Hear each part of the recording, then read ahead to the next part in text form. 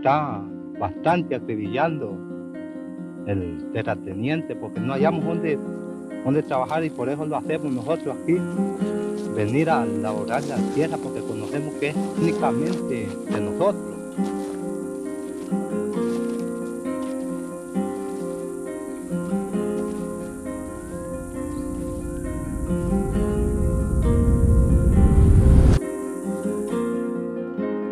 Contarles nuestra historia es difícil, pero necesaria. Como dijo aquel campesino, somos la tierra y el barro, la hoja seca y verde, la lucha y los muertos. Y hoy somos recordados.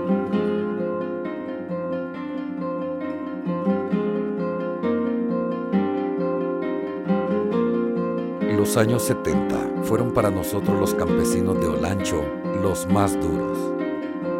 Gobiernos militares autoritarios, reforma agraria sin respuesta, pobreza, hambre, nada de salud y poco trabajo. El haber vivido todas estas injusticias es lo que nos hizo que decidiéramos como campesinado hondureño prepararnos y organizarnos para exigir nuestros derechos.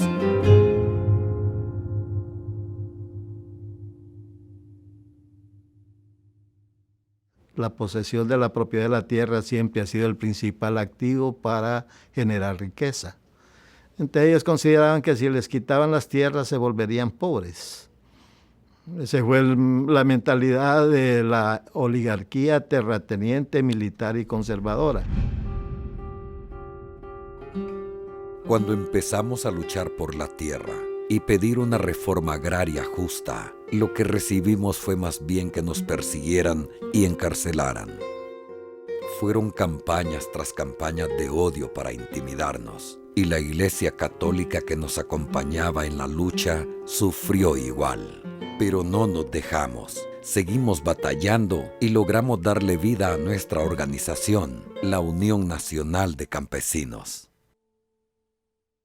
Nace la Central General de Trabajadores CGT y organiza su federación en el campo, la Unión Nacional de Campesinos, con el acompañamiento, como le digo, de la Iglesia Católica y de los principales dirigentes de las agencias sociales de la Iglesia. Iniciamos un compromiso a partir de la presión de los campesinos para que luchara por la reforma de la tenencia de la tierra. En ese momento, como movimiento campesino, éramos fuertes. Estábamos organizados a nivel nacional. Nuestros objetivos eran más claros con el pasar de los años. No teníamos miedo y decidimos que daríamos la vida si era necesario. Además, teníamos a Dios de nuestro lado.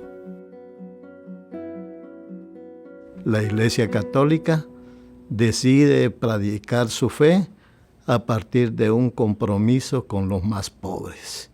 Los campesinos han descubierto la necesidad de organizarse para realizar mejor sus actividades. Y lo que hace la Iglesia es varios programas de lo que llamó la promoción humana integral, que consistía en alfabetizar campesinos a través de Radio Suyapa, organizaba cooperativas de ahorro y crédito, difundía el Evangelio a través de la celebración de la Palabra de Dios, promovía movimientos eclesiales de base como cursillos de cristiandad, pastoral juvenil, organización de mujeres y el progreso de los pueblos. Ustedes, los campesinos, son personas inteligentes y capaces de aprender muchas cosas y de cultivar la tierra. A partir de ese momento, el Centro Santa Clara se convierte en lo que se llama la sede de todas las operaciones del movimiento social cristiano en Olancho. Entonces los terratenientes y los militares consideraron que ese era el nido de la formación de unas nuevas ideas y de nuevas acciones que iban en contra de sus intereses. Y le etiquetaron el apellido de que ese centro era de los comunistas. Algunos sacerdotes eran mal vistos porque nos daban ese tipo de capacitaciones para que aprendiéramos para la reforma agraria, también que aprendiéramos sobre normas parlamentarias, que aprendiéramos sobre planes de negocio, sobre administración, sobre manejo de tiendas de consumo, etcétera, etcétera. Porque nosotros luchábamos no solo por la tierra, luchábamos también por la educación, luchábamos también por la salud. Entonces luchar por el bien común es luchar por el desarrollo de los pueblos, ¿verdad? Pero luchar por el bien común decían que éramos comunistas, decían que esto ya era demasiado, que saber qué levantamiento se iba a hacer y qué guerra se iba a hacer, cuál guerra, si la guerra que teníamos era la guerra del hambre, ¿verdad? Muy buenas tardes tengan ustedes. Como decíamos en la última clase de ayer, para que tú como campesino puedas mejorar tu vida, puedes hacerlo a través de tus propios esfuerzos, pero preparándote cada día más y más.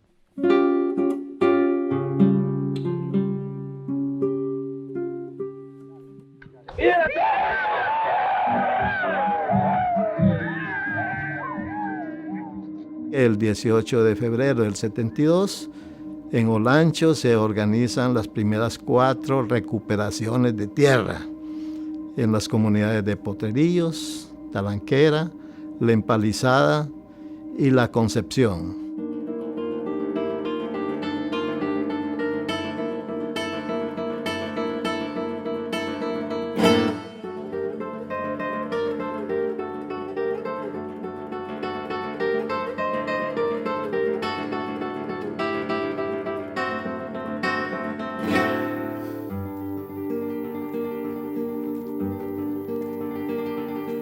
Si bien recuerdo, fue el 16 de febrero de 1972 que 70 familias ocupamos varios terrenos en la aldea de La Talanquera. Los campesinos le demostramos al Instituto Nacional Agrario que esas tierras eran nuestras y que no eran privadas como alegaba don Chema, el supuesto dueño.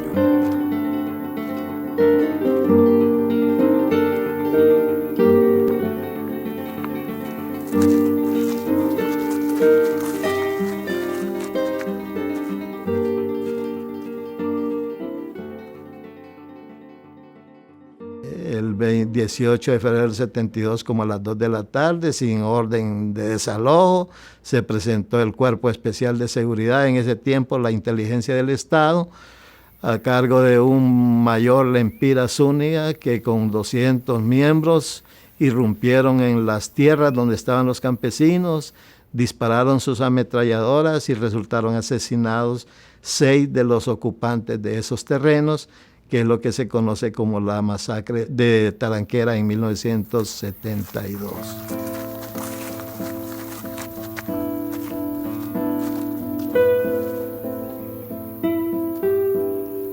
Nosotros estábamos metidos todos aquí. Habíamos 22 por todos del grupo, pero habíamos más de 150 por todos. Nosotros la decisión fue así porque nosotros no teníamos tierras donde trabajar. Trabajábamos en el dueño de estas tierras. Y él era una persona que no le gustaba darle a nadie. Entonces la decisión se tomó formarlos en grupo para tomarlos estas tierras de aquí. Entonces los tomamos estas tierras. Y de allí fue cuando él decidió buscar la policía y los militares del batallón. Nosotros no decidimos recuperar esos terrenos así por así. Lo hicimos por lo legal. Incluso pedimos hablar con don Chema para llegar a un acuerdo, pero este no quiso escuchar. 2 días después, un 18 de febrero a las 2 de la tarde, la decisión estaba tomada. Esa era la decisión de él matarlos, porque allí no los decía que éramos de aquí, porque los mismos militares cuando se metieron no los decían que éramos de aquí, sino que éramos salvadoreños. Fuera salvadoreño, fuera salvadoreño. Los desarmaron a todos, nos quitaron los machetes, quedamos sin nada. Y tomaron la decisión de ponerlos a todos en aquel alto de allá. De ahí los dijeron de que saliéramos todos. Ya salimos, entonces cuando él les dijo que le hiciera juego le dijo. con ellos.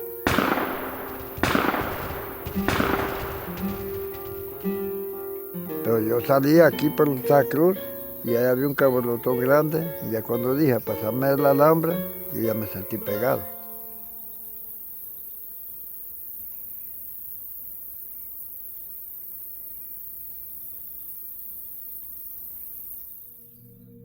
Ese mismo día, ya oscuro, fue el diácono Luis Henao quien recogió los cuerpos tirados y baleados de los compañeros para llevarlos a Juticalpa. Ni los periódicos, ni en la radio dijeron algo. Todo salió a la luz hasta unos días después, pero recién la masacre, hubo un silencio total. El viejo vino ya después en la otra recuperación, porque se hizo la primera y se hizo la segunda. Y en la segunda ya no pudo sacarlo.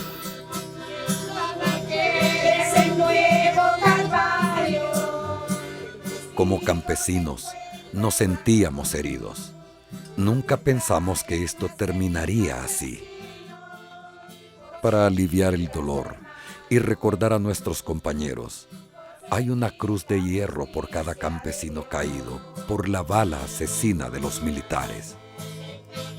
El dolor sigue latente, pero al final, como campesinos de las comunidades de La Talanquera, Potrerillos, La Concepción y La Empalizada, nos otorgarían nuestros títulos de tierra. La lucha no había sido en vano. A luchar por nuestra libertad.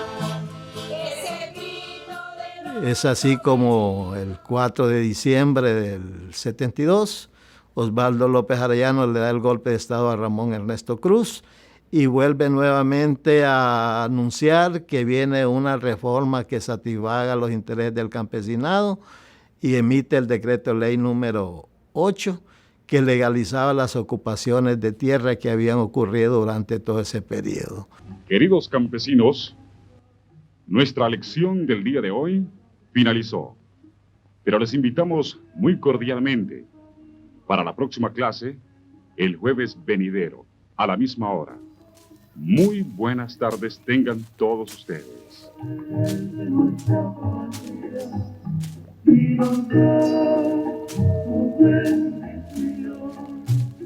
En nombre de los obreros, también de labradores, te dedico mi canción.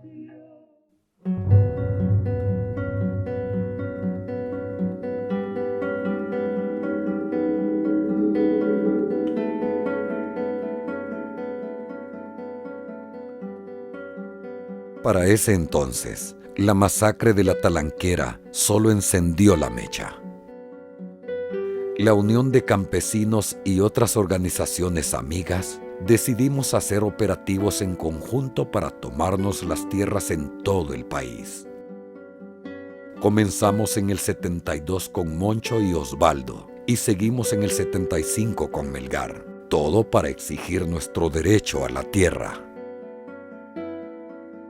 Eso no le gustó para nada al gobierno y obligaron al director del INA a dejarnos por fuera en la repartición de tierras. Pero no nos quedamos de brazos cruzados y seguimos luchando.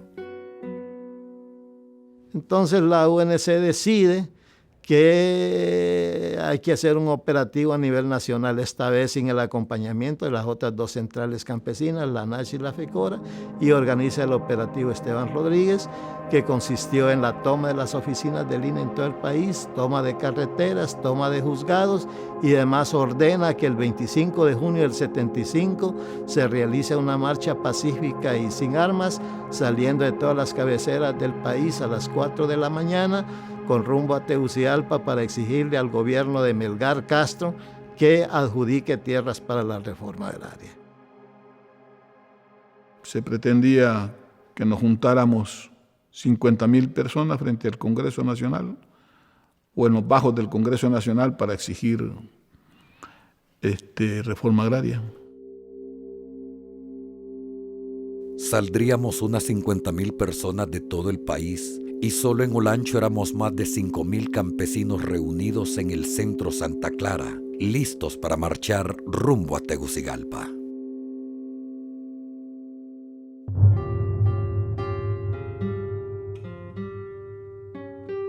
Parte de los preparativos era de que nos deberíamos de concentrar en el centro Santa Clara.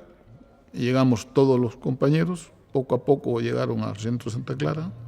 Se hizo la misa en un ambiente altamente tenso porque la noche, las horas antes de la misa, hubieron comandos, carros militares de los camiones con soldados.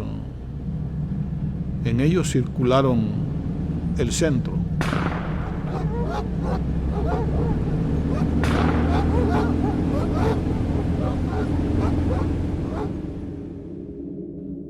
Y la decisión siempre se mantuvo de que deberíamos de salir en la marcha a Tegucigalpa.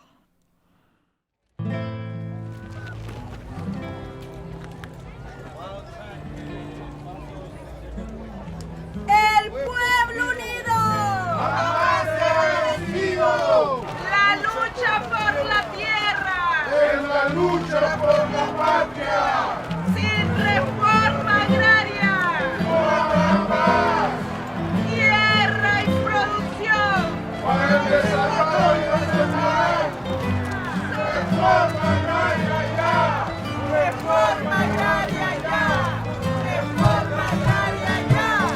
¡Reforma agraria ya! Hicimos el recorrido a pie desde Juticalpa hasta llegar al puente de Agua Zarca, donde un convoy de más de 200 militares nos retuvieron, habiéndonos percatado que la carretera había sido zanjeada.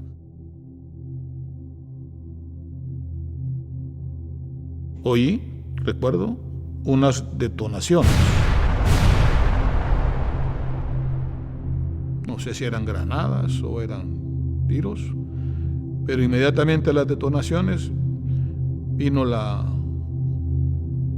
información de que el puente estaba dinamitado y que no podíamos continuar el paso.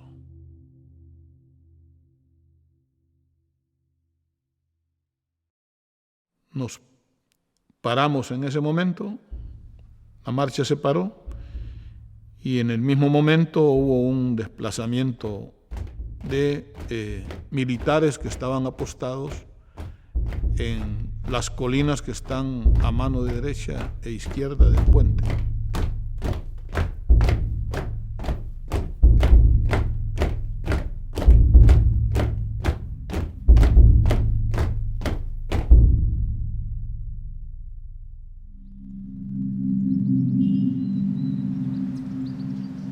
Se metieron ya con los rifles de bala en boca y el que iban encontrando lo iban matando. Para nosotros, todo esto fue planificado. Siempre pensamos que los ganaderos, militares, empresarios y algunos profesores tuvieron mucho que ver en cómo sería el asalto al centro Santa Clara. Esa mañana, los hipotes de las escuelas Miguel Morazán y Manuel Bonilla fueron engañados por el supervisor departamental de educación, Guillermo Ayes Mejía, diciéndoles que irían desfilando con bandera izada al centro Santa Clara para ir a jugar pelota. Una vez frente al portón, Ayes entró usando la fuerza y sacó su pistola. Los niños entraron pensando que esto era normal y empezaron a jugar hasta que se oyeron los disparos.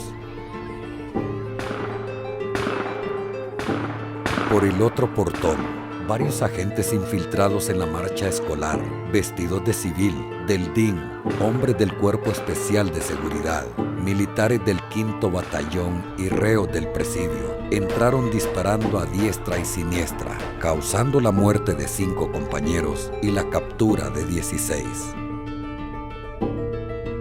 Cuando terminó la balacera, pusieron en fila a todos los capturados, y uno de ellos era mi buen amigo Huelches, que presenció todo y me contó. Nos quitaron la ropa dejándonos solo en calzoncillos y camiseta. Pero se puso peor cuando el sargento Artica se dio cuenta que su hermano había muerto en la balacera. Empezó a preguntar como loco quién había sido el culpable. Y fue ahí cuando uno de los reos apuntó con su dedo a Alejandro Figueroa, acusándolo de haberlo hecho. Cuando nos bajaron ahí, estaba el sargento Artica y estaba el mayor Chinchilla ahí. Entonces uno de los reos le dijo, sargento, le dice, este es el que mató a su hermano. Entonces el sargento, que andaba su pistola 45 aquí, agarró la 45 y le rompió la cabeza de un golpe. Y empezó a sangrar don Alejandro Figueroa. Solo se retiró como 2 metros delante de todos nosotros que estábamos ahí y empezó a dispararle con la 45.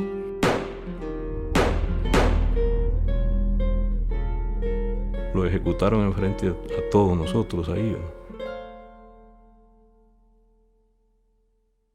Y los otros los llevaron, los tiraron como animal en el carro que tenían afuera para ponerles un tapacarga encima y llevarlos directamente al presidio.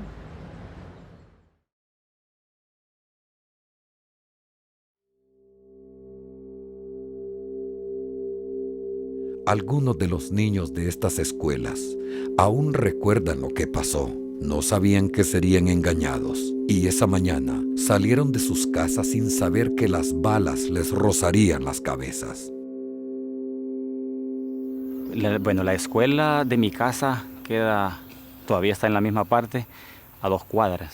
Mi mamá me preparó el desayuno, me fui para la escuela y ahí nos dijeron que teníamos que ir a un lugar, ¿verdad? Que había una actividad. Apenas tenía 8 años. Nos fuimos, recuerdo todos los alumnos de la escuela Manuel Bonilla. En esa época la escuela Miguel Morazán solo era de niñas, y entonces también las alumnas de la escuela Miguel Morazán. Partimos para el centro, Santa Clara se llama, y yo miré a una persona que sacó un arma, un director de una de las escuelas, y entró al edificio. Ahí ya me dio miedo y escuché unos disparos. Cuando escuchamos los disparos, las profesoras de nuestros grados nos llevaron atrás de los ladrillos donde estábamos y empezó disparo, gritos de personas, y luego una de nuestras profesoras se echó a llorar. No recuerdo el tiempo que pasó de cuando se escuchaban los disparos y los gritos. Se estacionó un Ford verde grande, salieron unas personas corriendo y luego de adentro miré cuando traían a una persona muerta. Lo traían así a la mano y lo movieron y lo tiraron en la paila del carro y luego volvieron a entrar. No sé si era el miedo, pero nosotros sentíamos que los disparos pasaban cerca de nosotros porque se sentía, ¿verdad? Y nos tenían agachados y varios salimos corriendo.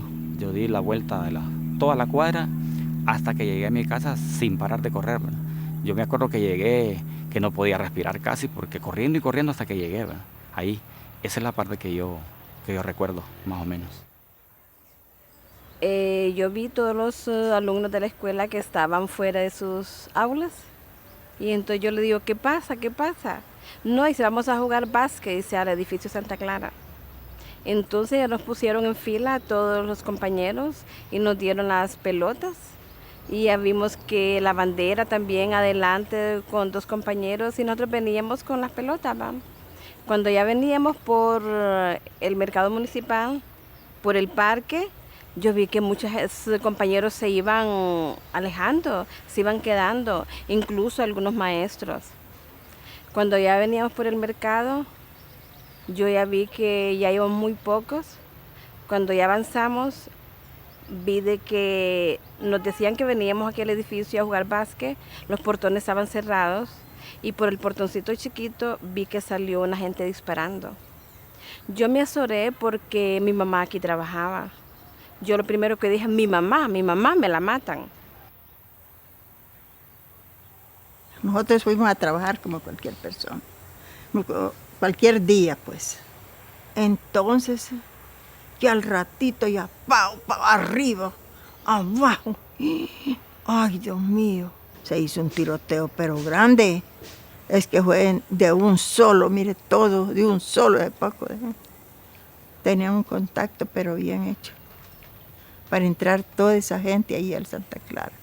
No, los niños ya cuando vio la cosa fuerte, los profesores los fueron sacando. La bandera pisoteándola en el suelo. Y los niños fueron saliendo poco a poco, poco a poco, poco a poco. Ya cuando cerraron ahí, ya los niños ya no había. Entonces eso fue duro. Duro, duro. Y aquí ya quedó en posición de los militares.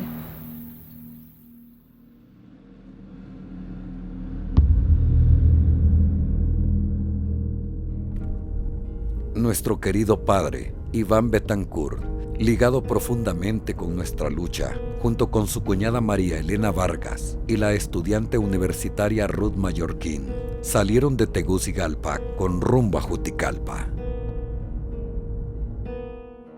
Pararon tranquilamente a tomar café en Lepaguare y pusieron gasolina en una bomba que se encontraba dentro de un aserradero llamado Pecas. En esos pocos minutos fueron identificados por Carlos Barr, el administrador de ese lugar en aquel tiempo, quien le soplaría al subteniente Plata de la ubicación del padre. En una corta persecución por la vieja carretera a Juticalpa, los detuvieron y fueron capturados por el subteniente Benjamín Plata y otros soldados. Ya detenidos e indefensos, se los llevaron a la hacienda de los Horcones. Ahí, el padre Iván Betancourt es torturado y asesinado. Y para no dejar testigos, María Elena y Ruth fueron ejecutadas también.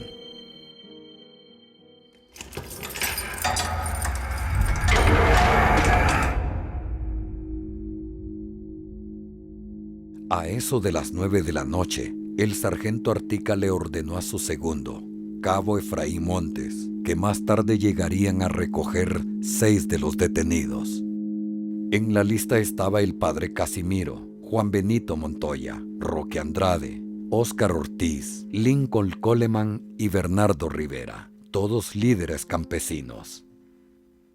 Bueno, nos llevaron al presidio a las 15 personas, 16 éramos, y nos metieron a una celda que se llama La Tigra, donde era de tierra y ahí no cabía la gente, ¿verdad? Entonces, el padre Casimiro, yo recuerdo que él era la única persona que estaba bien tranquila, incluso cantando coritos ahí, ¿verdad? Para animarlos.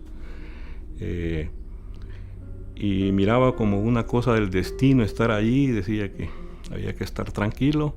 La primera persona que llamaron fue a Lincoln Coleman.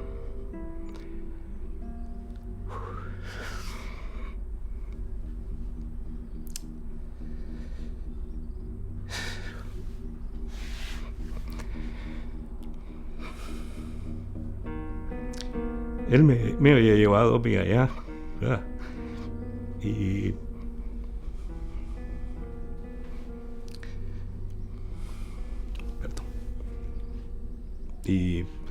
cuando lo llamaron, me fue a dar un abrazo. Y ahí salió.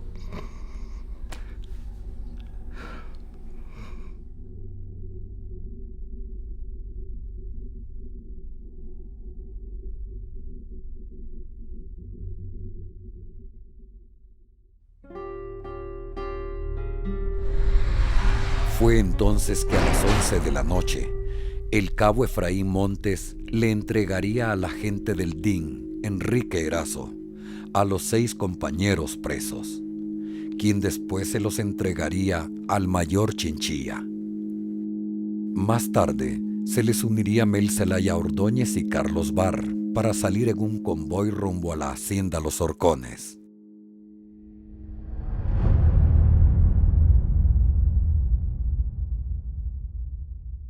Nos causó extrañeza ver un convoy de más de 7 vehículos que venía de Juticalpa hacia Lepaguare.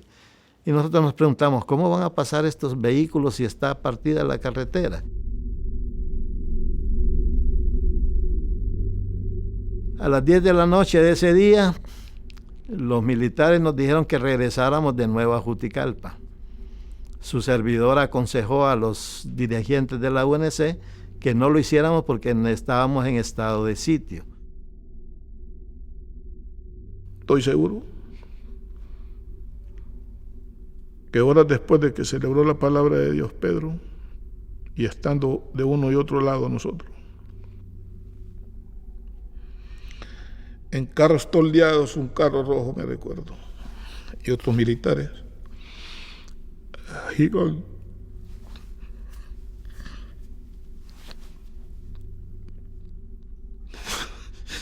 y ver el cuerpo de los compañeros. Pasaron en medio de nosotros. Nadie de nosotros pudo haberse imaginado que ahí iban los compañeros.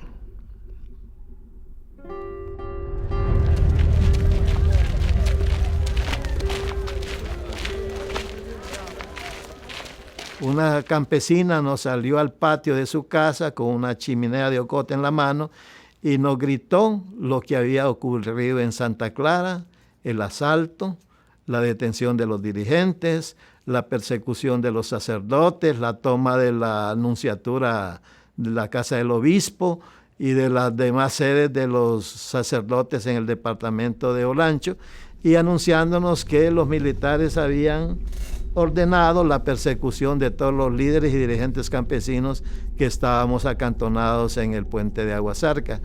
En ese momento tomamos la decisión de que los secretarios generales regresaran a sus comunidades sin pasar por la ciudad de Juticalpa, y los dirigentes, entre los cuales me encontraba su servidor, nos dispersáramos en parejas a lugares que consideráramos seguros.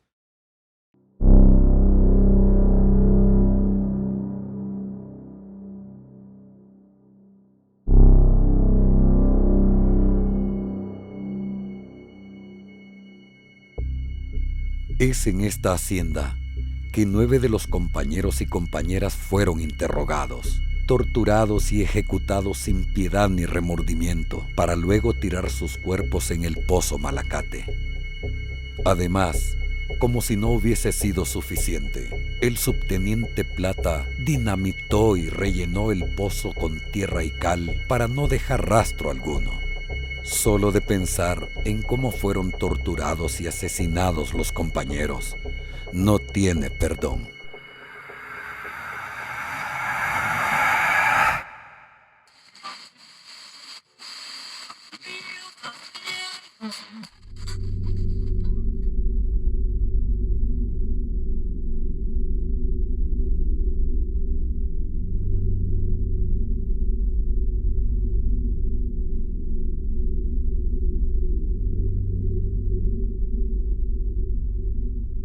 Mandaron un escrito a algunas emisoras, un pronunciamiento, diciendo que los campesinos se habían levantado con los sacerdotes que eran guerrilleros, que andaban en las montañas, y los sacerdotes quedaban muertos. Hay también otra que se levantaron en los comunicados que tiraron los militares de aquí, que aquí en Santa Clara habían encontrado una gran cantidad de armas, y eso no es cierto. Sí escuchábamos por radio de que como la desinformación es bien importante en el país, ¿verdad?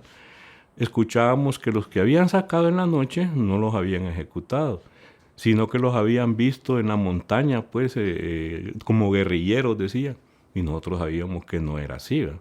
En realidad casi no se podía ni hacer información por los medios. Tenían que callar los medios, porque si no callaban, es capaz a ellos los fusilaban también. Los militares, junto con la prensa y la radio, lograron desinformar a toda Juticalpa. Se inventaban historias de guerrillas y comunistas. Nadie tenía claro lo que ocurría. El miedo se apoderó de todos.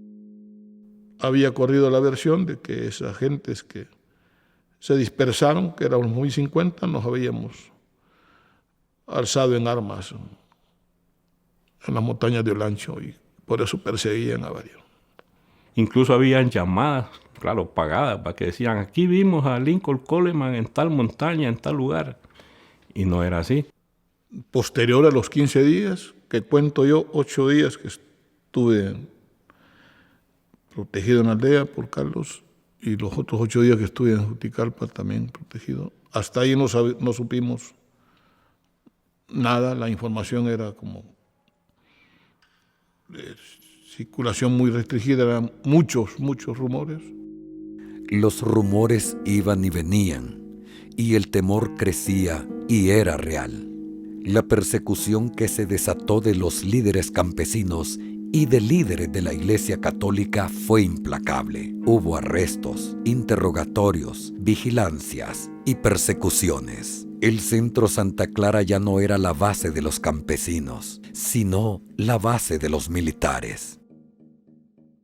En ese tiempo no nos quedamos aquí, pero sí teníamos muchos nerviosismos de que nosotros también nos fueran a matar.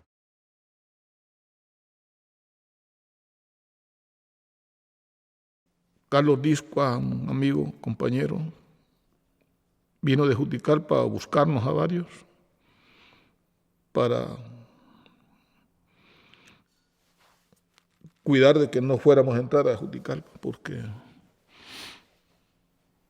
varios todos corríamos peligro, pero parecía que algunos eran más eminente peligro que otros. Para esconderme bien, me llevó a una casa, pero dentro de la casa me escondió en un horno de hacer pan. Estuve en ese escondite 8 días. De ahí me lograron sacar por indicaciones de mi padre, disfrazado para entrar a Juticalpa. De ahí otros 8 días, de ahí para salir bajo riesgo, por supuesto, en el transporte público de madrugada hasta llegar a Tegucigalpa. Cuando se empezó a saber la verdad, por denuncias y rumores de que militares y agentes del DIN estaban involucrados en una posible masacre, el gobierno no tuvo más remedio que formar una comisión de investigación a cargo de la Universidad Nacional Autónoma de Honduras.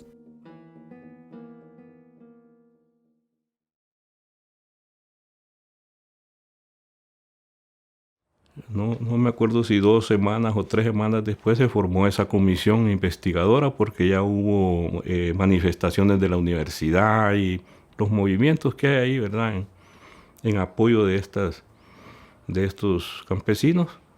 Entonces eso sirvió bastante y se formó esa comisión para ir a investigar lo que sucedía allá. Y el Consejo Superior de las Fuerzas Armadas ordenó una investigación imparcial en la cual participó la Iglesia Católica, la universidad a través de su representación estudiantil, la prensa nacional, y el resultado fue que el 18 de julio de 1975 desenterraron desde el fondo del pozo de Malacate las 9 víctimas que habían sido asesinadas.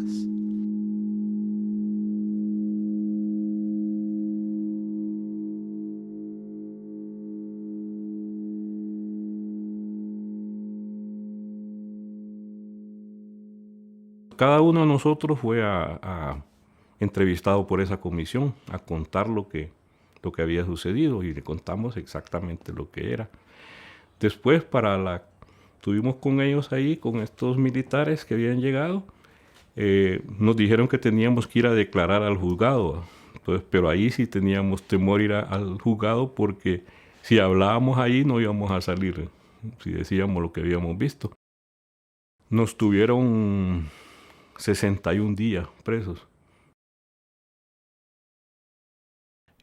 Y cuando llegó la información, que entiendo, me recuerdo, fue ya más producto de la comisión investigadora que se organizó y demás, y empezaron a sacar a flote la información.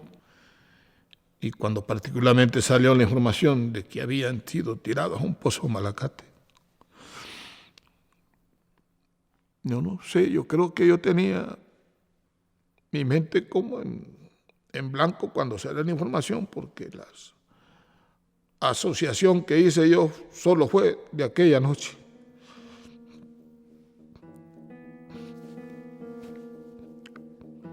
La noche que llevaban toreados los cuerpos de los compañeros.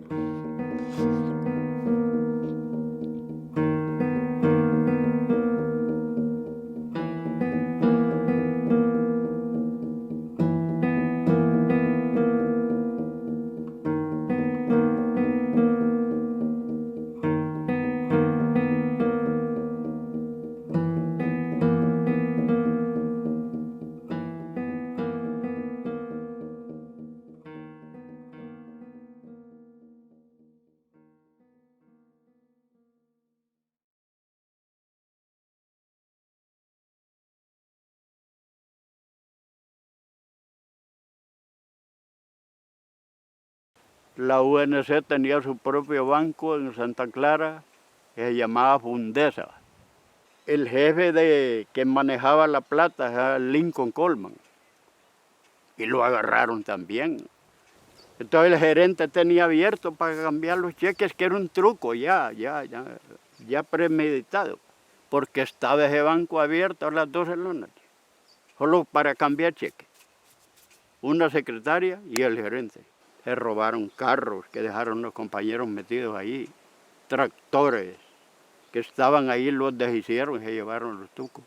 Como eso quedó confiscado por los militares, hasta que no quedó ni un tan solo 5.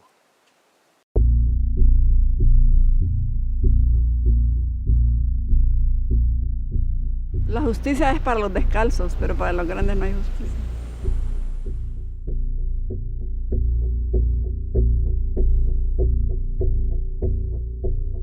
Fue en los primeros meses del año 79, ya con todas las pruebas en manos de los tribunales de justicia, que se denunció, se enjuició y encontraron culpables de la masacre al mayor Chinchilla y al subteniente Plata como jefes del batallón militar, a Manuel Zelaya Ordóñez como dueño de la hacienda Los Horcones, Carlos Barr, administrador del aserradero Pecas, y al señor David Tablada como jefe del presidio de Juticalpa. Los condenaron a 20 años de prisión por homicidio, una condena que no nos pareció, ya que los compañeros fueron asesinados. La masacre fue planeada y ejecutada con odio.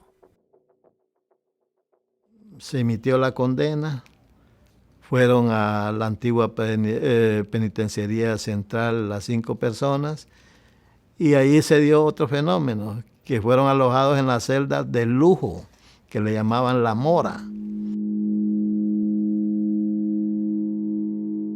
Pero eso fue una farsa, porque no se incriminó a todas las personas que todo mundo vio que entraron al centro Santa Clara, empezando por el director departamental de educación primaria, Guillermo Ayes Mejía, todos los ganaderos que financiaron al mayor Chinchilla en su operativo militar, que fue pública la colecta que hicieron. No se enjuició a los que ingresaron con sus vehículos a saquear los bienes y mercancías de la cooperativa de consumo Diego Limitada. Entonces buscaron chivos expiatorios. Y los chivos expiatorios fueron las cabezas más visibles. El tejido era más amplio, ¿verdad? Y la confrontación era más. Tenía otros actores, otros protagonistas ahí. Lo digo así ahora, pero en aquel tiempo era identificar bien, muy bien a gente vinculada a la Asociación de Ganaderos de Olancho, militares y toda la gente que uno bien identificaba que desaprobaba la solicitud y la petición de los campesinos.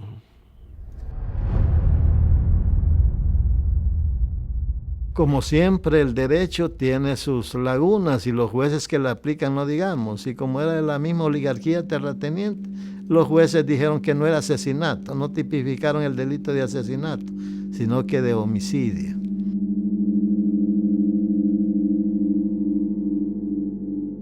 Y estuvieron pocos meses, porque la Asamblea Nacional Constituyente, que ganó el Partido Liberal y liderado por Roberto Suazo Córdoba, emitieron un decreto para perdonar.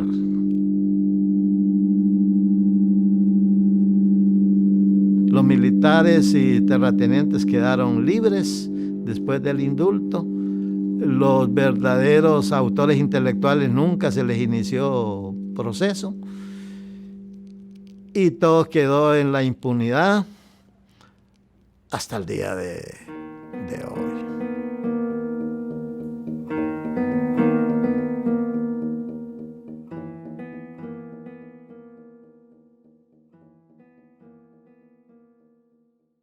Haber sabido que hubo un indulto para los que se señalaban responsables. Como que mi mente otra vez en blanco, ¿verdad? Porque la atrocidad con que los compañeros se les quitó la vida.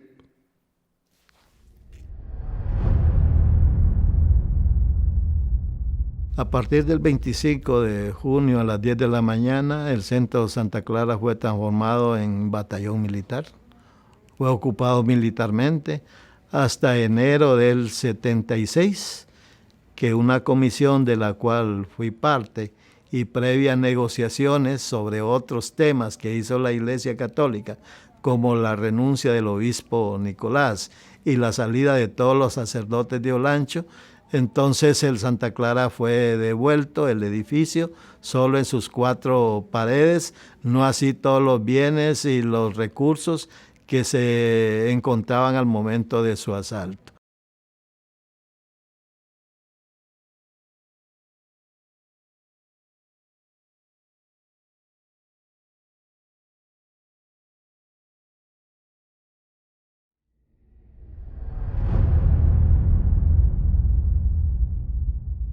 La masacre indudablemente lo hicieron los ricos de Juticalpa para parar la beligerancia de la Unión Nacional de Campesinos.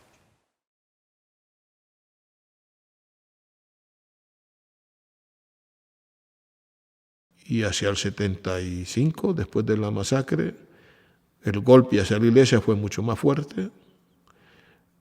El repliegue de la iglesia, de su trabajo social, fue mucho más fuerte. Y en realidad el impacto a nivel de la estructura organizativa del movimiento campesino del departamento impactó fuertemente.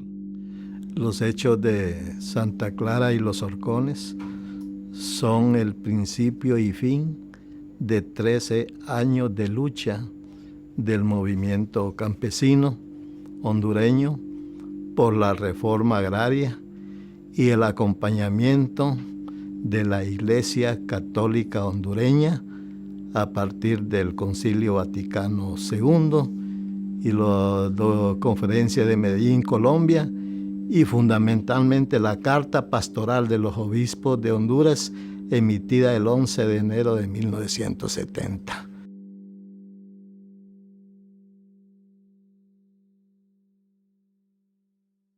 No hay visión de país, no sabemos para dónde vamos como país, no sabemos para dónde vamos como agricultura, y en un montón de cosas no sabemos para dónde vamos. Entonces, sí sabemos quién manda, sí sabemos quién se beneficia, pero no sé qué vamos a hacer con la plaga que tenemos ahorita que está destruyendo el país.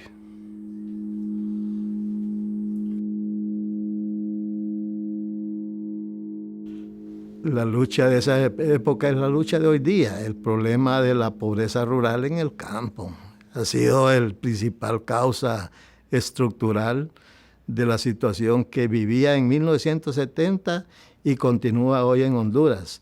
La injusticia social en el campo, en el cual la tenencia de la tierra está concentrada en pocas manos y la gran mayoría carece de ella y por eso emigra hacia los campos, de los campos hacia la ciudad y ahora hacia el hemisferio norte.